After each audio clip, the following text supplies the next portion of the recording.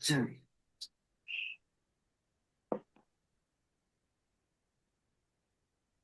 देखें भाई आज खजाने में उसी गजल भेजी हुई हमने।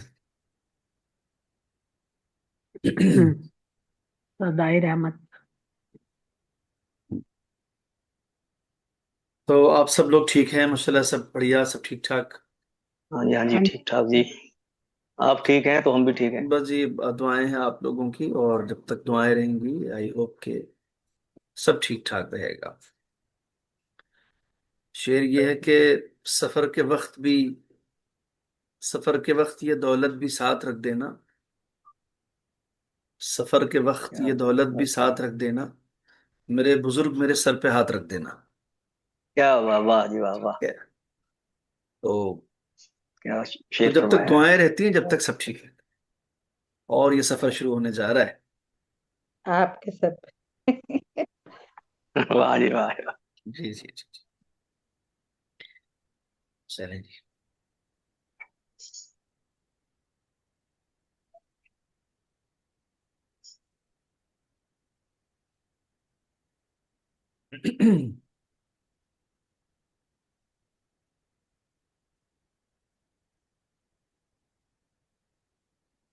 तो कृपया करके गजल शेयर कर दें, हाँ जी, हाँ जी। जिससे ये सफर जो है वो स्टार्ट हो आप सब लोगों के आशीर्वाद के साथ शुरू किया जा सके। सके। सदाई रहमत। इंसानों का दिल ना दुखाना, हम्म। दुश्मन से भी प्यार से मिलना। मिलना।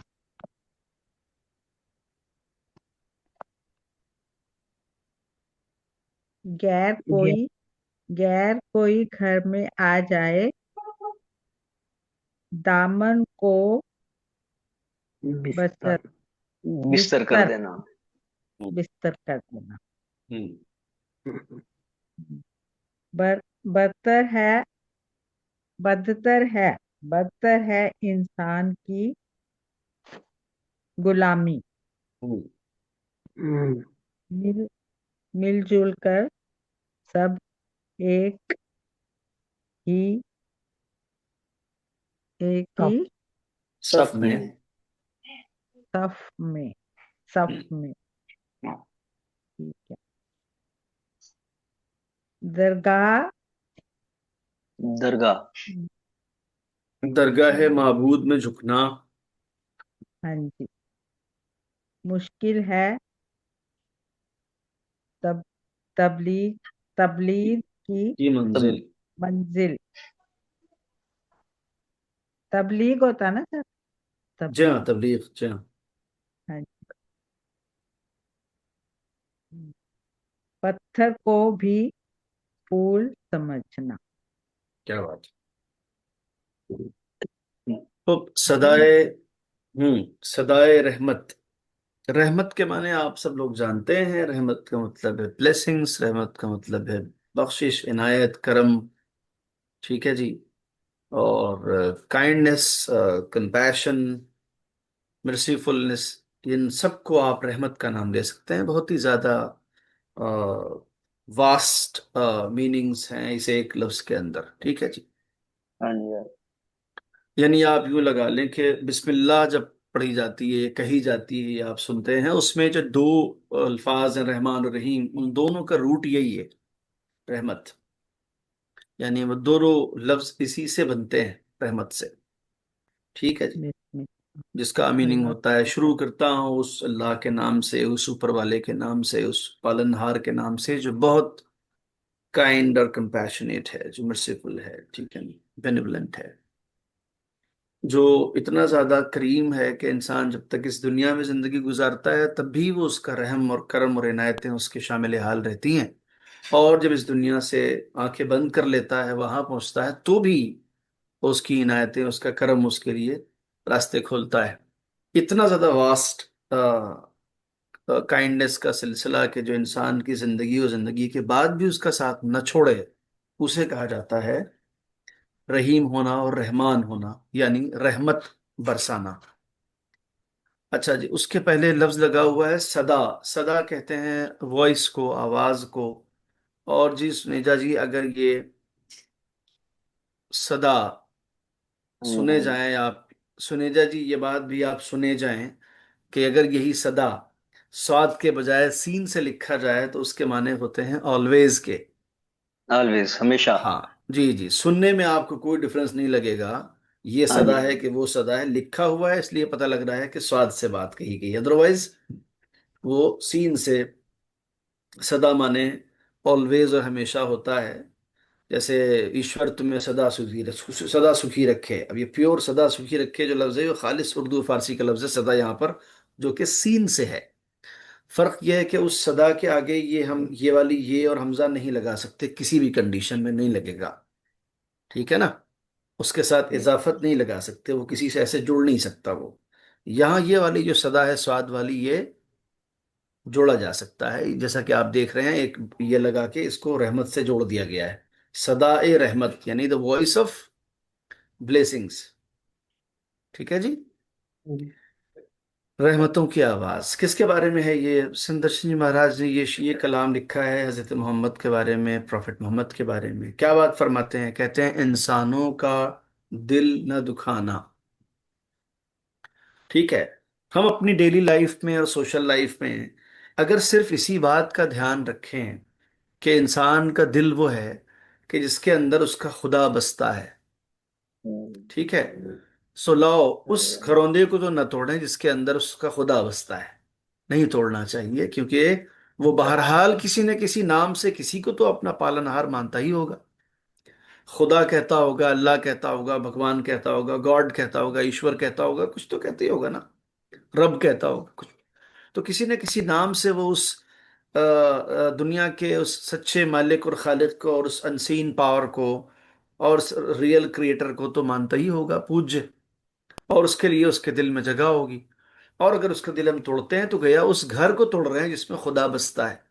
तो हमें इस बात की कोशिश डेली लाइफ में करनी चाहिए कि हमें ऐसा जुर्म हम ना करने पाए, ऐसा क्राइम हम ना करें। तो कहा जा रहा है इंसानों का दिल न दुखाना।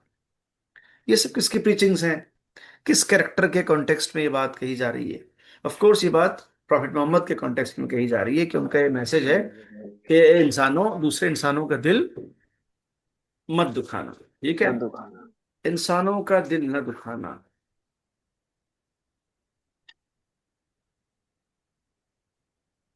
इंसानों का दिल न दुखाना, दुश्मन से भी प्यार से मिलना। हाँ जी, हाँ दुश्मन से जी। भी प्यार से मिलना प्यार यानी से। क्या मतलब? मतलब कहने का ये है कि दुश्मन है, दुश्मनी पे आमादा है, दुश्मनी पे तुला हुआ है। ठीक है। तो इसका ये सीधा मतलब नहीं होता है कि उसने जिस गलत रास्ते को अपनाया है अपनी खुन्नस निकालने के लिए, आप उसके रिएक्शन में आप भी गलत हो जाएं। क्यों? क्योंकि आपका किया आपके साथ जाएगा, उसका किया उसके साथ जाएगा।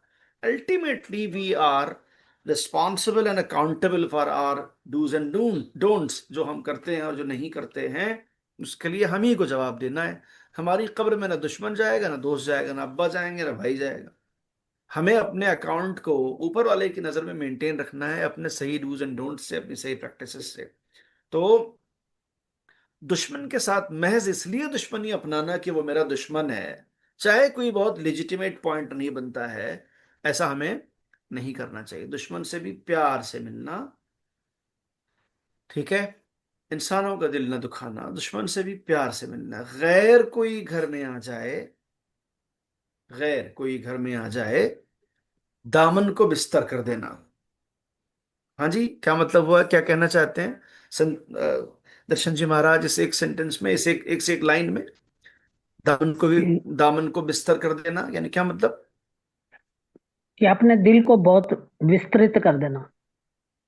हाँ, जब छू कोई घर हमारे आए, मेहमान आए, तो हमें उसके इस्तकबाल में, उसके उसके खैर मकदम में, उसके वेलकम में बिछ जाना चाहिए बिल्कुल से। इतना ज्यादा प्रेम, इतना स्नेह, इतना ज्यादा रिस्पेक्ट उसे देनी चाहिए कि लगे कि यार बहुत ही वार्म लोग थे यार, मतलब क्या इन्होंने मोहब्बतें दी हमें, क्या वेलकम किया है घर पे इन्होंने, है ना। गैर कोई घर में आ जाए, दामन को बिस्तर कर देना यानी क्या मतलब? दामन बिछा देना उसके कदमों तले। ठीक है, कि भाई ने आप आए हमारे घर, ठीक है ना। तो हिंदी में बहुत मशहूर जुमला है, अतिथि देव भव। इस्लामिक टीचिंग्स हाँ में कहा जाता है कि मेहमान फरिश्तादे खुदास्त, मेहमान रब का भेजा हुआ इंसान है। तुम्हारे घर रब ने एक इंसान भेजा है, and that is called guest. उसे मेहमान कहा जाता है। और कहा जाता है कि वो अपने हिस्से की रोजी अपने साथ लाया है। ये मत समझना कि तुम्हारे हिस्से की रोजी खा के जा रहा है। अपने हिस्से की रोजी अपने साथ लाया है वो। उसके हिस्से की रोजी तुम्हारे यहीं है, उस पर्टिकुलर टाइम की, उस पर्टिकुलर डे की, जितने भी वक्त के लिए मेहमान है वो। ठीक है। और वो कौन है? फरिश्तादे खुदा है। फरिश्तादे खुदा कौन होता है जी? रब का भेजा हुआ कौन होता है?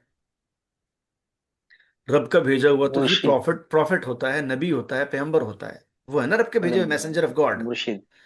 हाँ अब जी। आप ये लगा लें कि उस लेवल के आसपास का इंसान होता है वो, जब कोई किसी का मेहमान होता है तो उसको उतनी ही रिस्पेक्ट देना है हमें कि भाई ये आदमी बहुत खास है, इसको खुदा ने भेजा है मेरे घर। क्योंकि हमसे ये कहा गया है कि मेहमान फरिश्तादे खुदास्त, मेहमान खुदा का भेजा हुआ है। तो उसके लिए हमें क्या करना है? दामन को बिस्तर कर देना है, दामन फैला देना उसके लिए कि आप पधारें जी, आप आओ, आप आओ जी, बैठो हैं।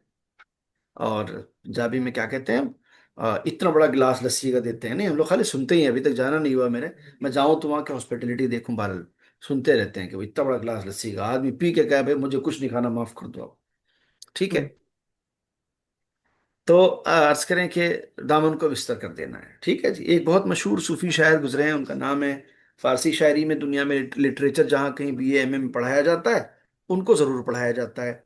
रूमी और क्या कहते हैं, सादी और हाफिज की कैटेगरी के शायर हैं। उनका नाम है हकीम सनाई, या हकीम सनाई गालिबन, या अबू साद, हाँ हकीम सनाई। मतलब ये दुनिया में पर्शियन लिटरेचर और उसके सिलेबस का हिस्सा है, इनको ज़रूर पढ़ाया जाता है। उनका एक बहुत मशहूर सेंटेंस है कि जब वो इंतकाल करने लगे, दुनिया से जाने लगे, तो उन्होंने अपने बेटों से कहा कि दरवाजे पे एक जुमला लिख दो मेरा, यही मेरी वसीयत है, यही मेरा वसीयतनामा है पूरा। कल लीजिए क्या लिखवा दें बाबा? कल नहीं, दरवाजे पे लिख दो, हर की अज इन दर बियायद नानिश बेदहीद अज ईमानिश न पुरसीद। मीनिंग क्या हुआ इसका? उन्होंने कहा कि मेरे बच्चों, मेरी तरफ से एक वसीयतनामा पूरा मेरा ये एक सेंटेंस है, इसे दरवाजे पे लिख दो कि जो भी इस दरवाजे से अंदर आए उसे रोटी देना, उसके ईमान के बारे में मत पूछना, किस धर्म को फॉलो करते हो, किस पर ईमान रखती है, ये सब मत पूछना उससे, उसे रोटी जरूर देना। हर के अज इन दर बियायद नानश बेदहीद अज ईमानश न पुरसीद। जो भी इस दरवाजे से आए उसे नान यानी रोटी देना। फारसी में हर रोटी को नान कहते हैं, हमारे यहाँ शायद खाली तंदूरी तंदूरी को कहते हैं। और उसकी भी एक वजह है, यहाँ खवातीन हमारे क्लास में एडिशनली बता दूं, उसकी वजह यह है कि पर्शियन कल्चर में घर में रोटी नहीं पकती। तवा, क्या कहते हैं, बेलन, और इसका कोई कॉन्सेप्ट ही नहीं, होता ही नहीं, डज नॉट एग्जिस्ट। रोटी कोई भी साहब हो, मंत्री हो या ऑफिसर हो, सवेरे रोटी की दुकान पर लाइन में लगना है। रोटी लाने के लिए, रोटी बाहर ही मिलती है, रोटी की इंडस्ट्री है इसीलिए, है ना। रोटी इज ए इंडस्ट्रियल थिंग, बाहर मिलती है, खरीद के लाई जाती है वो, नानवाई से, घर में नहीं बनती, कोई कॉन्सेप्ट नहीं है। सो हमारे यहाँ खाली तंदूरी को नान कहते हैं। खैर, खुलासा ये है कि आने वाले के ईमान के बारे में नहीं पूछना है, रोटी जरूर देना है उसे, यानी उसे खाना खिलाओ। उससे ये मत पूछो कि तुम किसको मानते हो, किसको नहीं मानते हो। जो भी इस दरवाजे से आए अंदर, यानी हमारे घर आए, ये बहुत मशहूर सेंटेंस है उसका। और ये उनकी सूफी सोच को दर्शाता है कि इंसानों के तई प्रेम कितना होना चाहिए, कितनी रिस्पेक्ट होनी चाहिए। अच्छा जी। गैर कोई घर में आ जाए, दामन को बिस्तर कर देना। आगे क्या फरमाते हैं? बदतर है इंसान की गुलामी, बदतर है इंसान की गुलामी है। कहा गया है कि कुदरत ने आपको आजाद पैदा किया है। कुदरत ने आपको कैसे पैदा किया है? आपको हमें आजाद पैदा किया है, विद लिबरेशन, फ्रीडम। एक बिल्कुल इंडिपेंडेंट इंसान के तौर पर पैदा किया है। तो हमें एक इंसान की गुलामी नहीं करना नहीं। है, हमें इंसान की गुलामी नहीं करना है। अगर हम गुलाम और बंदे भी हों तो अपने खुदा के हों। हाथ फैलाएं तो उसके सामने फैलाएं, उम्मीद लगाएं तो उससे उम्मीद लगाएं, दर्द दिल करें तो उससे करें। ठीक है। सो बदतर है इंसान की गुलामी। मिलजुल कर सब एक ही सफ में, लिहाजा क्या करना है, इंसानों की गुलामी नहीं करना है। सारे लोग एक सफ में खड़े हो जाएं, एक लाइन में, एक कतार में खड़े हो जाएं। सफ यानी कतार, कतार। पता है। तार, ठीक है ना, एक लाइन में खड़े हो जाएं। सारे लोग मिलजुल कर एक ही सफ में खड़े हो जाएं। और जो उसके बाद क्या करना है, दरगाह माबूद में झुकना। हाँ जी, अगर झुकना ही है तो जो उसके सामने झुको, जिसके सामने झुकने से इंसान सरबुलंद हो जाता है हमेशा के लिए, नवाज देता है वो, अगर उसके सामने झुकोगे तो। अगर अपने जैसे इंसानों के सामने झुकोगे, उनकी गुलामी करोगे, तो झुकते ही चले जाओगे, इतने कि फिर कमर ही टूट जाएगी बिल्कुल से, है ना, सही। झुकते झुकते। लिहाजा इंसानों के सामने नहीं झुकना है। किसके सामने झुकना है, रब के सामने झुकना है। ठीक है, एक सफ में खड़े होकर झुकना है। एक सफ में खड़े होने का क्या मतलब है, यानी कोई फर्क नहीं रहना चाहिए कि ये मेरे बॉस हैं, ये मंत्रीगण हैं, ये चपरासी है, और ये ऊंचा है, ये नीचा है, ये काला है, ये गोरा है, ये पैसे वाला है, ये गरीब। No difference. प्रेयर हो रही है, खुदा के सामने खड़े हो, नमाज पढ़ रहे हो, वटेवर, सब एक सफ में खड़े हो जाओ। ठीक है, एक ही सफ में खड़े हो गए महमूद और अयाज, न कोई बंदा रहा और न कोई बंदा नवाज। सुना है, सुना है आप लोगों ने? नहीं, ये शेर बहुत मशहूर है। सब एक सफ में खड़े हो जाओ और उस माबूद के सामने, दरगाह माबूद में झुकना। कहाँ झुकना है जी? दरगाह महबूद। दरगाह माबूद में। सुना है आप लोगों ने ये शेर? मुझको गिरना हो तो खुद अपने ही कदमों पर गिरूं। सुनेजा जी, शेर सुनिएगा। हाँ जी, हाँ जी, हाँ जी, हाँ जी। मुझको गिरना हो तो खुद अपने ही कदमों पर गिरूं, जिस तरह हम्म, साये दीवार पे दीवार गिरे। वाह। मुझको गिरना हो तो खुद अपने हाय ही हाय। कदमों पर गिरूं, जिस तरह कदमों पर गिरे। साये दीवार पे दीवार गिरे। गिरे। यानी अगर हमें गिरना ही है जिंदगी में, तो भाई अपने कदमों पे गिर जाना, जैसे दीवार अपने साये पे गिरती है, अपनी परछाई पे गिर जाती है। किसी और के सामने मत गिरना, न किसी की नजरों से और न किसी के कदमों पर। गिरना नहीं, गलत बात है। तुम्हें इंसान बनाया है ऊपर वाले ने, बहुत इज्जत दी है तुम्हें, और तुम अपने रब के सामने झुकना, कहने का मतलब ये है।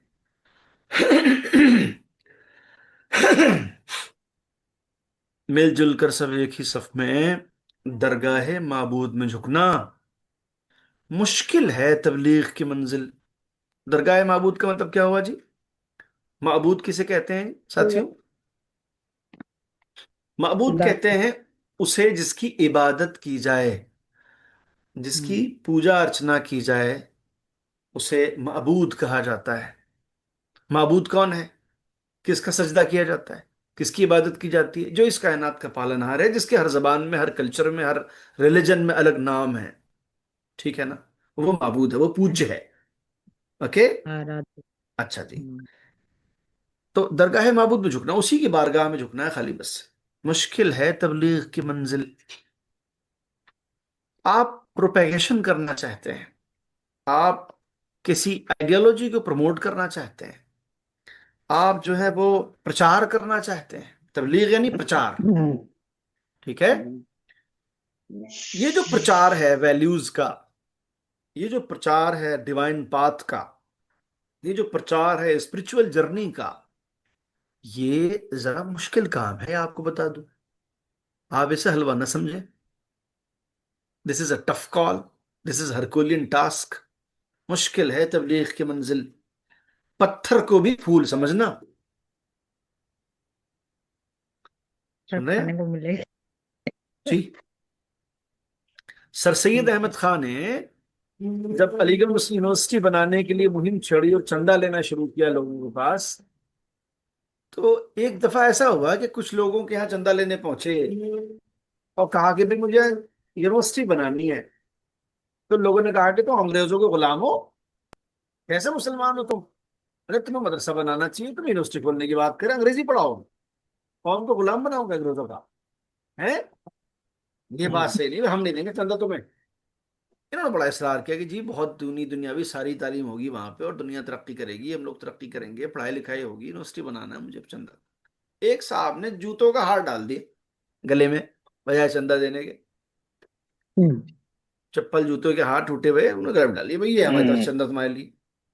ठीक है, उन्होंने लिया कि जी बहुत शुक्रिया आपका, बहुत धन्यवाद क्या आपका, बात। जूतों का हार लिया, कबाड़ी के यहाँ गए, बोले भैया क्या पैसे का लेगा, इसके बाद 2 पैसे का, बोले ले यार 2 पैसे दे कम से कम, चलो लो भाई, वो 2 पैसे लिए दोस्ती में लग गए। ठीक है ना, दिस इज क्या बात। Mental toughness. मुश्किल है तबलीग की मंजिल, प्रचार का जो रास्ता है ये इतना हम्म। आसान रास्ता नहीं है। हाँ जी। प्रचार का रास्ता इतना टफ रास्ता है कि 50 बरस मेहनत करनी पड़ती है, तब जाके जो है वो उसके फल खाने को मिलते हैं। मुश्किल है तबलीग की मंजिल। एक बिल्कुल बिल्कुल, मेरे मेरे ऊपर तो बीती हुई है जी। 8 साल लग गए पैसे इकट्ठे करते करते। तो जी यहाँ जी गणेश नगर आश्रम बना है 1 क्लास महाराज जी का। जी जी जी जी जी महाराज जी जी ने बिल्कुल। फिर दया की। हमारे जिसके पास जाते थे हमें पता है कि जिससे पैसे हमने सेवा लेनी है ना, लेनी है, तो उसके जी भी जी ये कर्म कट गए, कर्म कट गए, उसकी सेवा लग गई। सही बात है, हम्म। सही बात है। हाँ। कई लोग मुश्किल समझते हैं है, लो जी हमारा वो है, बड़ी कठिन है ये सेवा, बहुत कठिन है। बहुत बहुत बहुत कठिन है, बहुत कठिन बहुत है, कठिन बहुत है, मैंने कठिन देखा है। है। हाँ हाँ, मुश्किल है तबलीग की मंजिल। पत्थर को भी फूल समझना, कोई पत्थर मारे ना तो समझना फूल मार रहा है मुझे ये। नाराज हो के उससे अगर तुम उलझ गए, रिएक्शन में हाँ जी लग हाँ गए, जी। तो अटक जाओगे, फिर आगे नहीं बढ़ पाओगे। मेरी बात समझ रहे हैं आप? प्रॉफिट मोहम्मद जिनकी बात हो रही है उनका बहुत मशहूर किस्सा है ये, कि जब निकलते थे प्रचार के लिए कि लोगों, इस कायनात का एक परवरदिगार है, एक मालिक है, एक खालिक है, एक रब है, एक खुदा है, उसका कलमा पढ़ो, उसे एक मानो, ठीक है ना, ये मत करो, वो मत करो, चोरी मत करो, गीबत मत करो, इज्जत मत उछालो, शराब मत पियो, ये मत, सारी चीजें ठीक है ना। और ये इस तरह की जो तुम्हारी जो रीत रिवाज हैं ये ठीक नहीं है, ठीक है ना, इसमें नहीं कुछ रखा है। खुदा वो है जो दिखाई नहीं देता, खुदा वो है जिसने हमें जिंदगी दी, खुदा वो है जिसने हमारे हमारे तमाम तर जिंदगी के कामों के लिए हमें जवाबदेह बनाया हुआ है। अच्छी जिंदगी गुजारोगे, सताओगे नहीं, किसी का हक नहीं मारोगे, जुल्म नहीं करोगे तो ऐसा होगा, ऐसा करोगे तो वैसा होगा। अब वहां अरब के पुराने बद्दू लोग, एक नंबर के जाहिल ठप बिल्कुल से बेचारे, उनके यहाँ आलम यह था कि किसी की गाय किसी के खेत में घुस गई तो उसकी बात पर कई कई साल जंग होती थी, वो भी तलवार से, कबीले के कबीले हम्म। साफ हो जाते थे इस बात पर। हाँ जी हाँ जी। ठीक है ना, जहालत का ये आलम था कि बेटी पैदा होती थी तो बाप उसे दफना देता था कि मेरे लिए शर्म की बात है कि मेरे घर लड़की पैदा हुई है। हम्म। ठीक है ना, इस हम्म। कदर इस तरह के समाज में एक इंसान जन्मा और उसने 360 डिग्री में समाज को चेंज करने का बेड़ा उठाया। उस उसी शहर, उसी मोहल्ले, उसी जगह पर जहां एक से ज्यादा बेटियां जिसके हुई और उसने जितनी ज्यादा बेटियां दफनाई उतने ज्यादा चौड़े में चलता था कि मैंने 3 बेटियां दफनाई है, मुझसे मत भिड़ना, मैं बहुत जिगरे हाँ, वाला आदमी हूं। ठीक है ना, सही बात। उस हम्म। समाज में प्रॉफिट मोहम्मद अपनी निजी लाइफ में, it is narrated on on the basis of authentic यानी हिस्टोरिकल रिसोर्सेज, मैं अर्ज कर रहा हूं, उस उसी मोहल्ले में, उसी शहर में एक आदमी है जो अपनी बेटी के आने पर, घर में लिखा है, खड़े हो जाते थे रिस्पेक्ट में। ओ हट जाओ, अभी बेटी आ गई मेरी, हजरत फातिमा जहरा जिनका नाम है, बेटी की रिस्पेक्ट हम्म। में, उसी समाज में, उसी शहर में जहां लोग बेटियों को जिंदा दरगोर करते रहे, दफना दे रहे हैं, मर्द। वो खड़े रहते थे बेटी के आने पर, और खड़े होके अपनी जो उनकी जो रिदा थी, अबा थी, जो बड़ी सी पोशाक को कांधे पे डाले रहते थे, उसको बिछाते थे बिस्तर पे, और बिछा के बेटी से कहते बेटी आप यहाँ बैठो। तो बाहर ये मैसेज गया कि यार ये बिल्कुल ही अलग दृष्टिकोण वाला आदमी है, यहाँ तो पैदा होते ही ऐसे पता लगा बेटी है, ओह दफना दो भाई, वरना समाज में कैसे मुंह दिखाऊंगा, यार इसकी तो बेटियां हैं, ये कोई मर्द थोड़ी है कोई ये। ठीक है, उस समाज में ये इतना डेयरिंग एक्ट कौन कर रहा है ये आदमी? न सिर्फ ये कि दफना नहीं रहा है, बल्कि कह रहा है कि बेटी इज मोस्ट रिस्पेक्टफुल ना, बेटी का तो एहतराम करना है हमें, उसकी रिस्पेक्ट करना है, वो भी इस तरह से सराहना बिठाना, उसके लिए अबा अपनी रखना, और उसके लिए, ठीक है जी। नमाज पढ़ने जा रहे हैं तो बेटी के घर पे जा रहे हैं मिलते हुए, नमाज पढ़ के आ रहे हैं घर अपने तो पहले बेटी के घर पे उसे सलाम करते हुए जा रहे हैं, बेटी ठीक हो तुम?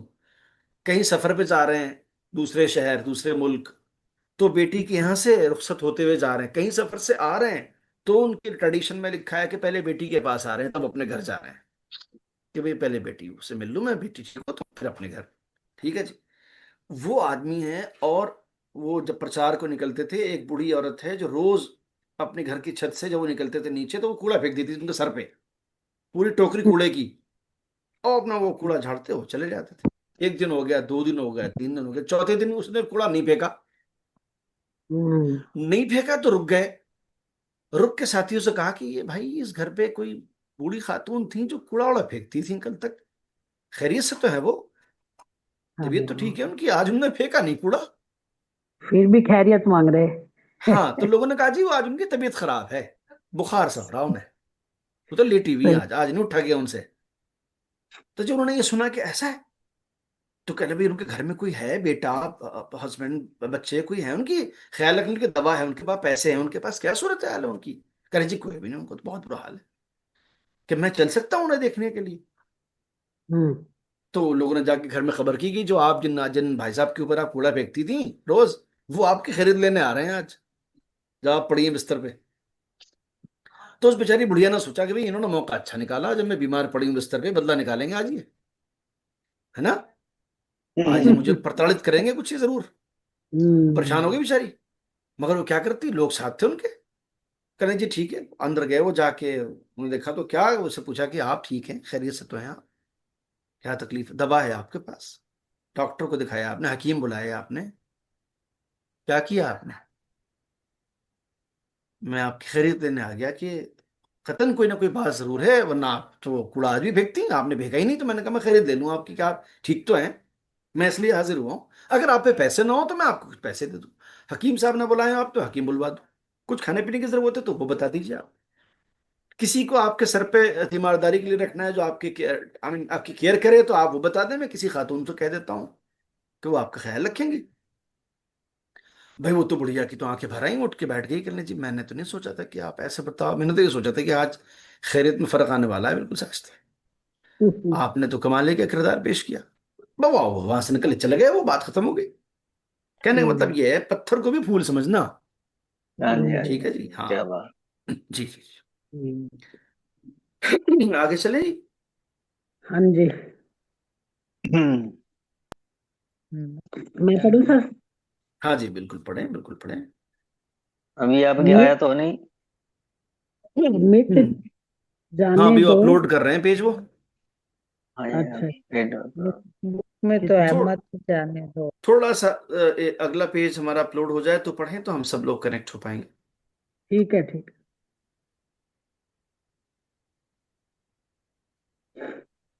हाँ, इसमें नहीं है।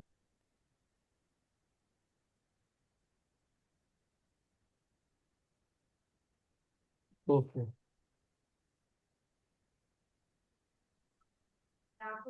तो एक बात तय है कि आ गया जी, आ गया। मिशन मिशन जितना बड़ा होता है उतनी बड़ी कुर्बानियां देनी पड़ती हैं, हाँ जी। उतना बड़ा बिल्कुल जिगरा बिल्कुल। करना पड़ता है, उतना बड़ा दिल करके जीना पड़ता है। हाँ जी, हाँ ठीक जी। है ना, तो ये है। हाँ जी। मिट जाने दो हम्म। हर परछाई, वहदत और उजागर होगी। हम्म। आदम की ताजीम है लाजिम। हम्म। खालिक की यक खालिक की तकरीम, तकरीम। तकरीम तकरीम है वाजिब। हम्म। होने होते हैं अफराद जो यकजा, हम्म। बनती है वहदत की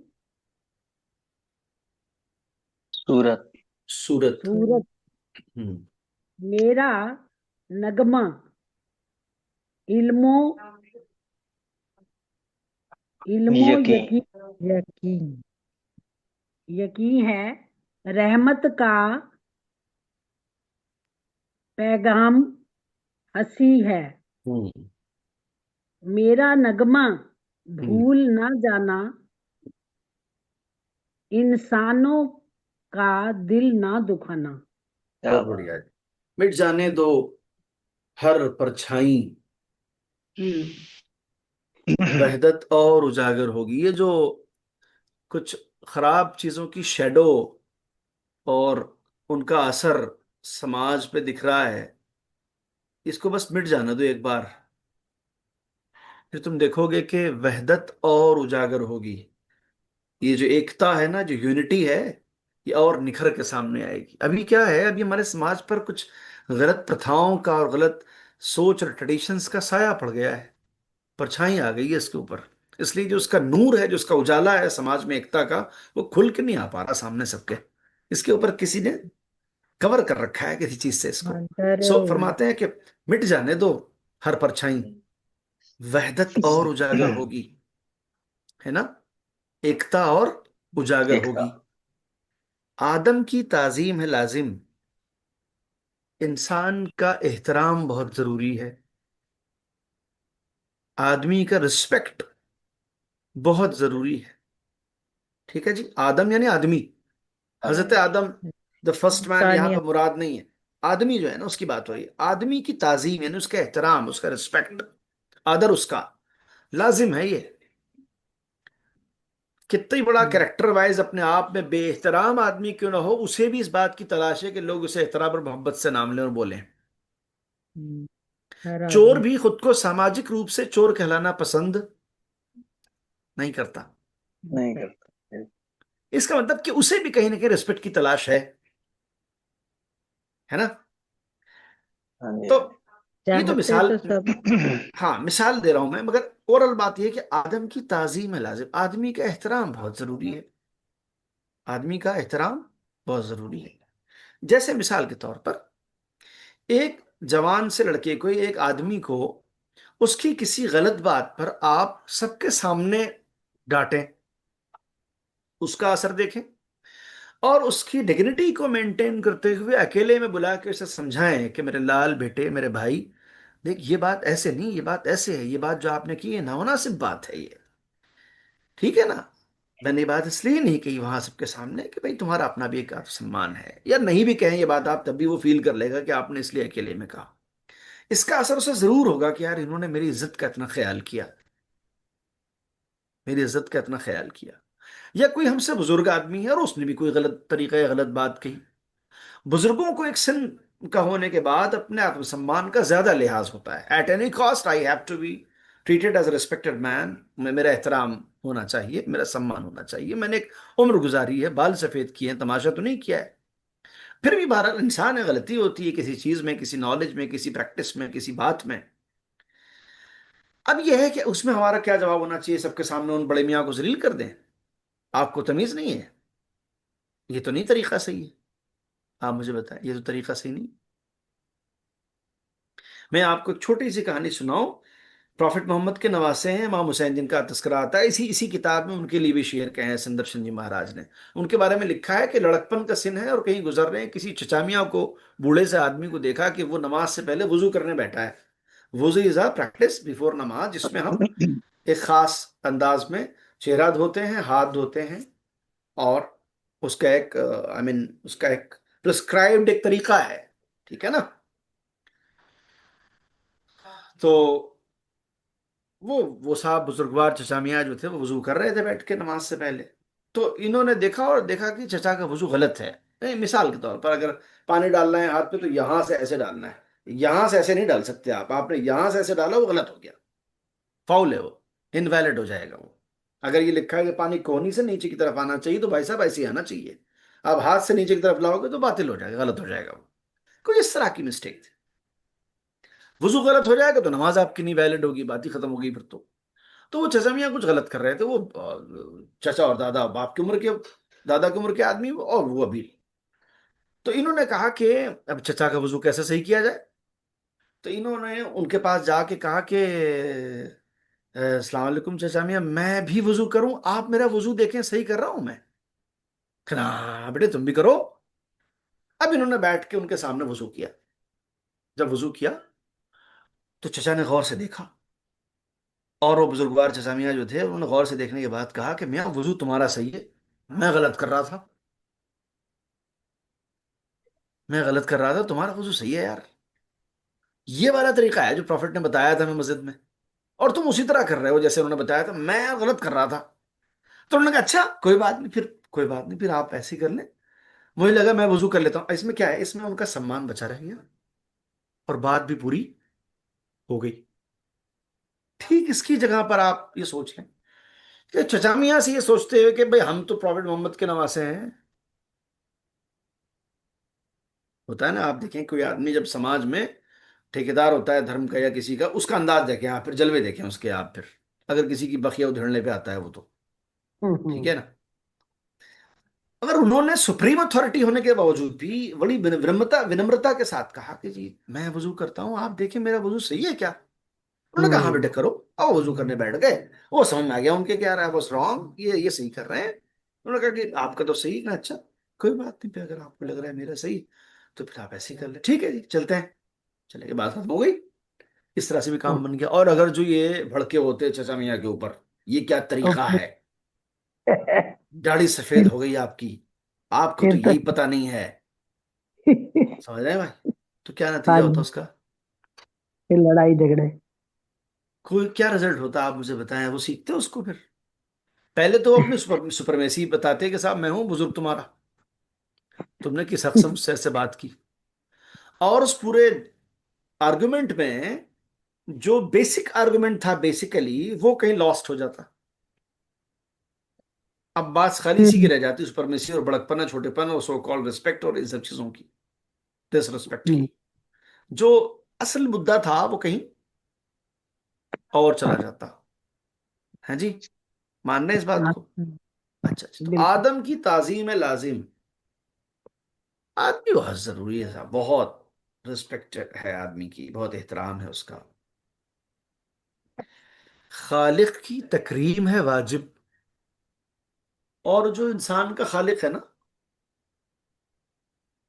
मालिक। उसका एहतराम वाजिब है, मैंडेटरी है, ठीक है जी, फर्ज है एकदम हम पर। ओके। हम्म, देखिए लाजिम हम्म, और वाजिब दोनों एक ही मीनिंग फोर्स के वर्ड्स हैं। द डिफरेंस इज दिस कि लाजिम is not theological term, but वाजिब इज ए theological टर्म।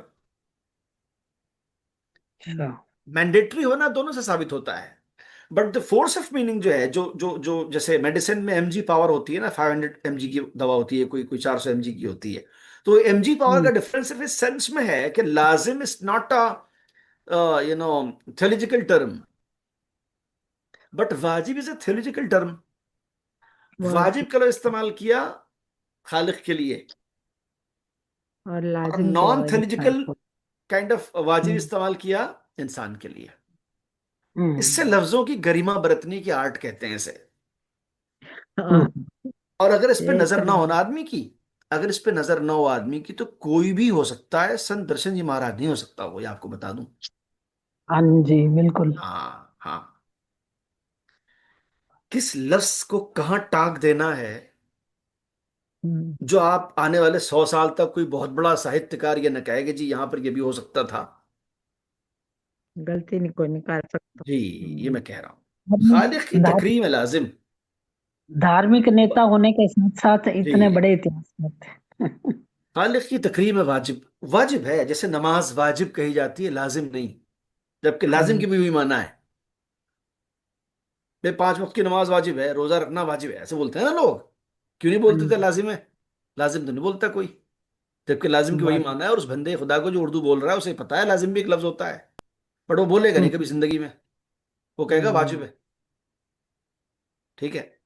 सो हम्म, खालिक की तकरीम है वाजिब। अच्छा जी आगे बढ़ते हैं। होते हैं अफराद जो यकजा, जब लोग एक साथ होते हैं, हम्म, यकजा यानी एक जगह होते हैं, यानी एक साथ होते हैं। इकट्ठे। अफराद इज a plural of फर्द, फर्द मीन्स इंडिविजुअल, अफराद मीन्स इंडिविजुअल्स। बहुत डिफरेंट। सारे लोग। फर्द इज a सिंगुलर, इंडिविजुअल, अच्छा। अफराद मीन्स इंडिविजुअल्स, बहुत सारे। बहुत सारे लोग, अच्छा ठीक है जी। जी। अच्छा, होते हैं अफराद जो यकजा, जब बंदे इकट्ठे होते हैं जी, अगर मैं थोड़ी पंजाबी फ्लेवर में बोलूं तो, है ठीक ना। है। सुनेजा जी सही बोला है मैंने, हाँ जी, ग्रामेटिकली हाँ गलत जी, तो नहीं बोल बिल्कुल दिया बिल्कुल सेंटेंस। ठीक आई बोला, आई ठीक बोला। एंजॉय दिस हाँ दिस जी, this Ganga. Variation of languages and accent and all that ना, मुझे हम्म, बहुत ज्यादा पसंद है ये। होते हैं अफराद जो यकजा, बनती है वहदत की सूरत, उस वक्त जो हम्म, है वो एकता की, एकता की सुर यूनिटी की मूरत बन जाती है, एक यानी जुड़ने एकता की सूरत बन जाती है, पर। ठीक है। बनती है हाँ वहदत हाँ की जी, सूरत, जब लोग इकट्ठे होते हैं, साथ होते हैं, तब जाके बात बनती है। ठीक है। अच्छा जी, मेरा नगमा इल्म यकीन है। मेरा जो नगमा है, मेरी जो आवाज है, मेरी जो मेलोडी है, यानी मेरा मैसेज क्या है? इल्म और यकीन, नॉलेज एंड बिलीफ। ठीक है। ये मेरा नारा है, ये मेरा स्लोगन है, यही मेरा मैसेज है, यही मेरा नगमा है, यही गुनगुना रहा हूं मैं। ठीक है। रहमत का पैगाम हसी है। जो ब्लेसिंग्स का मैसेज है वो बड़ा खूबसूरत मैसेज है, बहुत खूबसूरत मैसेज है। अच्छा जी, आखिर में प्रॉफेट मोहम्मद कहते हैं, दर्शन जी की जबानी, और दर्शन जी उनकी जबानी उसे कोट करते हैं इस शेर में कि आप अज्यूम करें कि प्रॉफेट मोहम्मद फरमाते हैं, मेरा नगमा भूल न जाना। ये दुनिया वालों, जो मेरा मैसेज है, जो मेरी वाणी है, जो मेरी मेलोडी है, उसे तुम भूल मत जाना, इंसानों का दिल न दुखाना। देखिए जहां से बात शुरू हुई थी, क्या बात। The most important message is this, कि भाई दिल मत तोड़ना। ठीक है।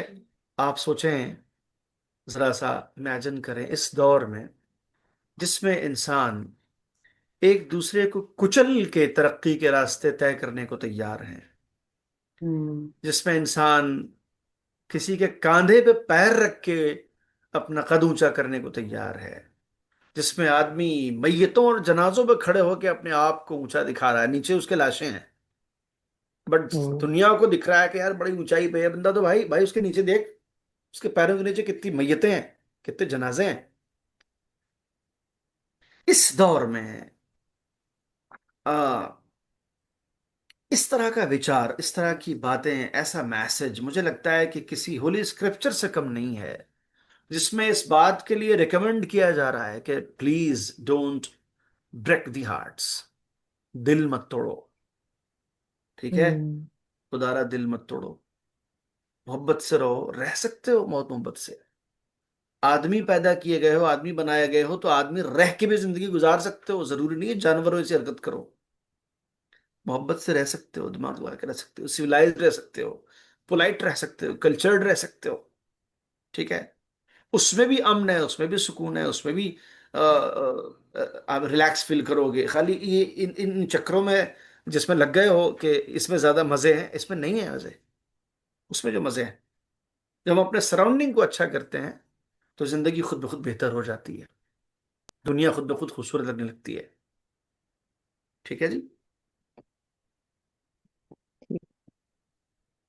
ओह, आप भी सर रंग जमा देते हो। बस वरना जी, तो ऐसे। मोहब्बत है आप लोगों की, और आपका मोहब्बत से बहुत सुनते आनंद हैं। आता है, बहुत।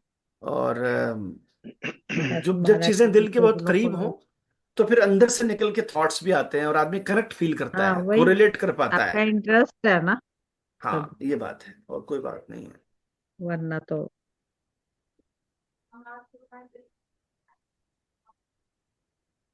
नहीं। ये है मसला।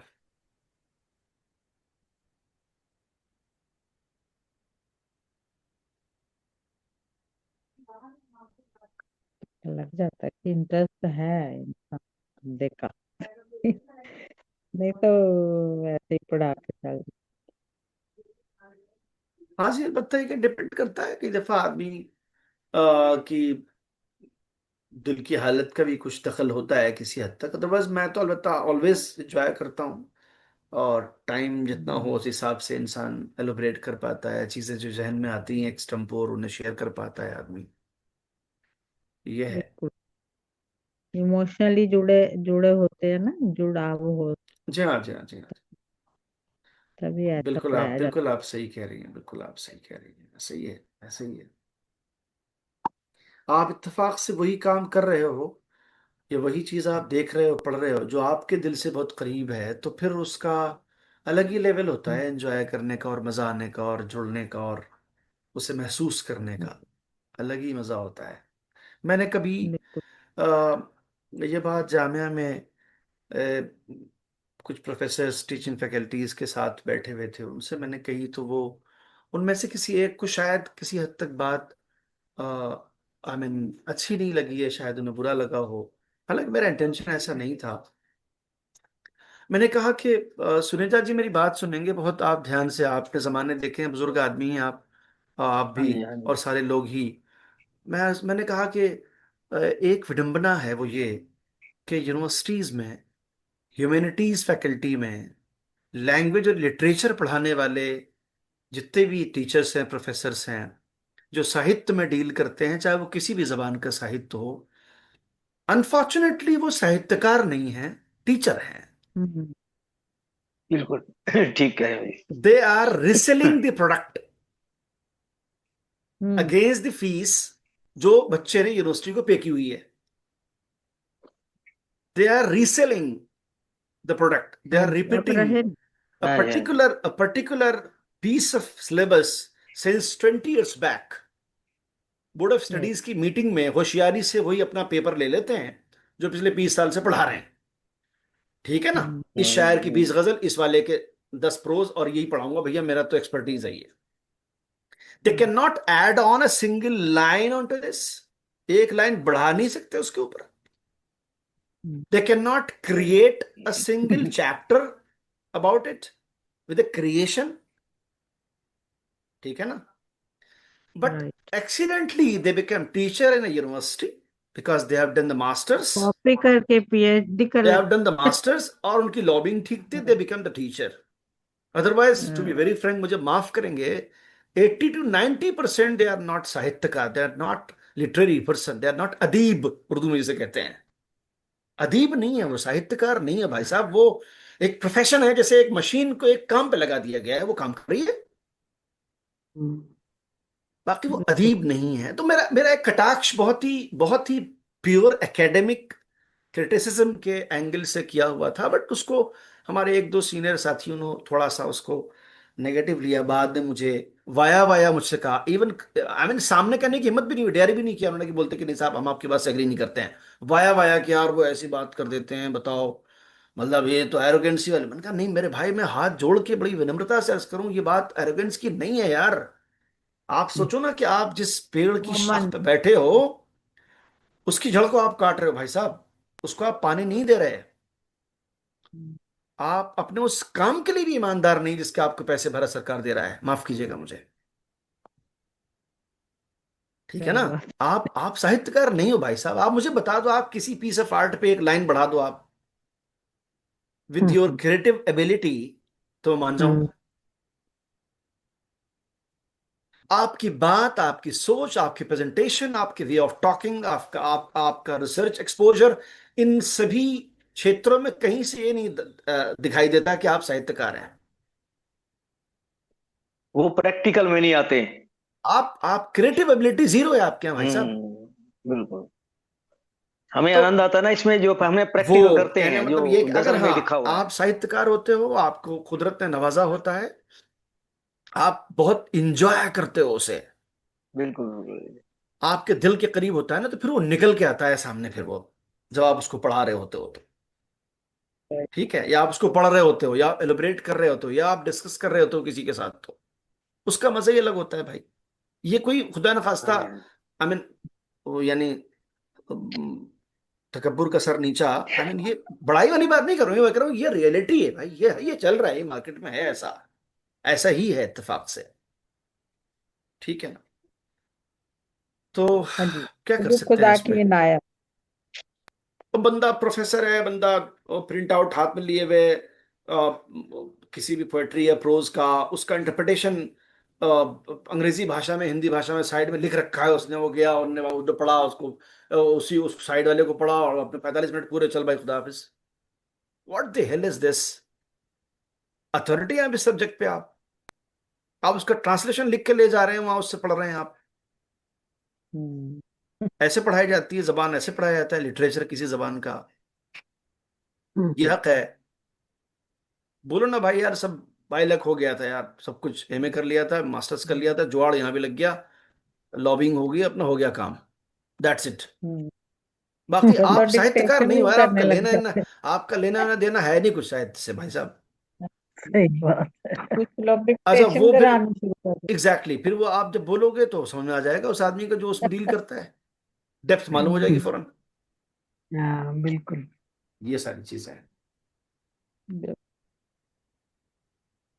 अलग अलग लेवल होते हैं पढ़ाने के। सही जी बात। सैलरी पर सबको बराबर मिलती है अनफॉर्चुनेटली।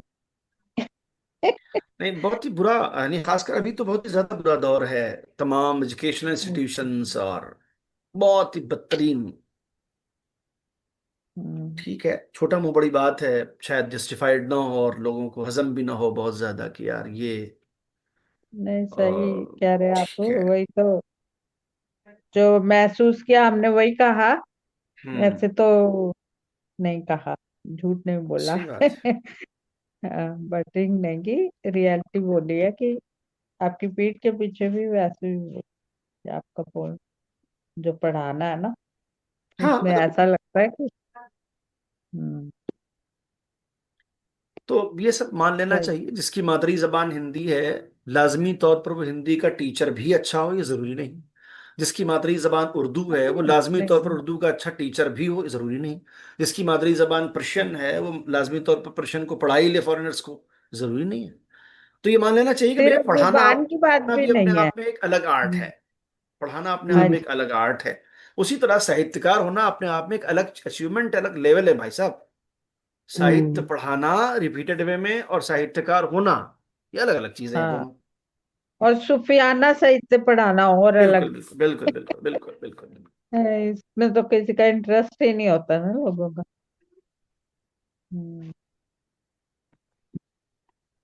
अच्छा जी, अगर कोई रोमांटिक सवाल है टॉपिक तो भी पढ़। सवाल ले लेते हैं आप लोगों का, और सवाल नहीं है तो आपकी दुआओं के साथ विदा ले लेते हैं।